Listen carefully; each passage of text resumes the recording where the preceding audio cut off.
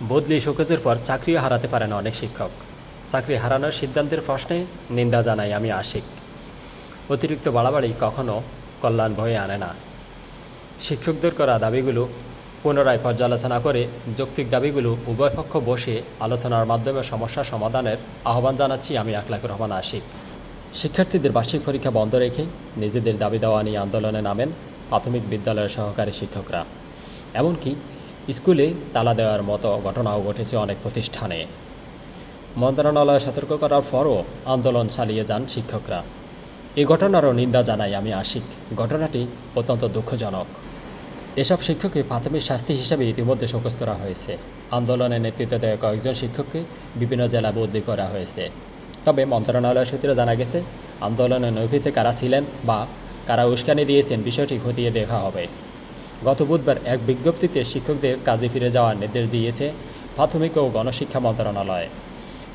কাজে ফিরে না গেলে শৃঙ্খলা বিরোধী কার্যক্রমের সম্পৃক্ত শিক্ষকদের বিরুদ্ধে চাকরি আইন, আচরণ বিধিমালা ও ফৌজদারি আইন অনুযায়ী ব্যবস্থা গ্রহণ করা হবে। মন্ত্রণালয়ের নির্দেশনা জারির রাতে পাল্টা কর্মসূচি ঘোষণা করেন প্রাথমিক সহকারী শিক্ষকদের একটি অংশ। ওই দিন রাতে এক যৌথ ভার্চুয়ালি মিটিং শেষে প্রাথমিক শিক্ষক দাবি বাস্তবায়ন পরিষদ ও বাংলাদেশ প্রাথমিক সহকারী শিক্ষক সংগঠন ঐক্য পরিষদ এর পক্ষ থেকে আন্দোলন চালিয়ে যাওয়ার ঘোষণা দেন।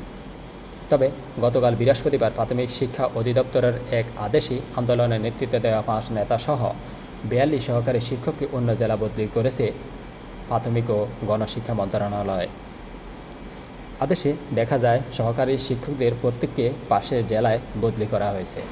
ফলে নিজের কর্মস্থলে জেলায় থাকতে পারবেন না এসব শিক্ষকরা। এছাড়া বিভিন্ন জেলায় উপজেলায় পরীক্ষা বন্ধ রেখে আন্দোলনকারী শিক্ষকদের শোকজ করা হয়েছে। বদলি শোকেজের মধ্যেই গতকাল বৃহস্পতিবার রাতে বিবৃতি দিয়ে আন্দোলন স্থগিতের কথা জানান সহকারী শিক্ষকগণ। আগামী 7 ডিসেম্বর রবিবার থেকে পরীক্ষা নেওয়া হবে বলেও জানান তারা।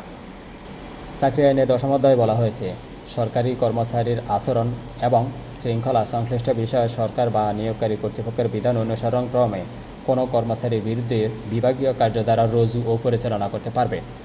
এই আইনের শাস্তিতে বলা হয়েছে, নিয়োগকারী কর্তৃপক্ষ বিভাগীয় কার্যধারা দোষী সাব্যস্ত কোনো কর্মচারীকে সংক্রান্ত বিধান সাপেক্ষে নিম্নবর্ণিত এক বা একাধিক লঘু বা গুরুদণ্ড আরোপ করতে পারবে। যথা লঘুদণ্ডসমূহ হল তিরস্কার, নির্দিষ্ট মেয়াদের জন্য পদোন্নতি বা বেতন বৃদ্ধি স্থগিতকরণ, বেতন স্কেলে নিম্ন ধাপে অবনমিতকরণ, কোনো আইন বা সরকারের আদেশ অমান্যকরণ অথবা কর্তব্যে ইচ্ছাকৃত অবহেলার কারণে সরকারি অর্থ ও সম্পত্তির ক্ষতি সংঘটিত হলে যথোপযুক্ত ক্ষতিপূরণ আদায়।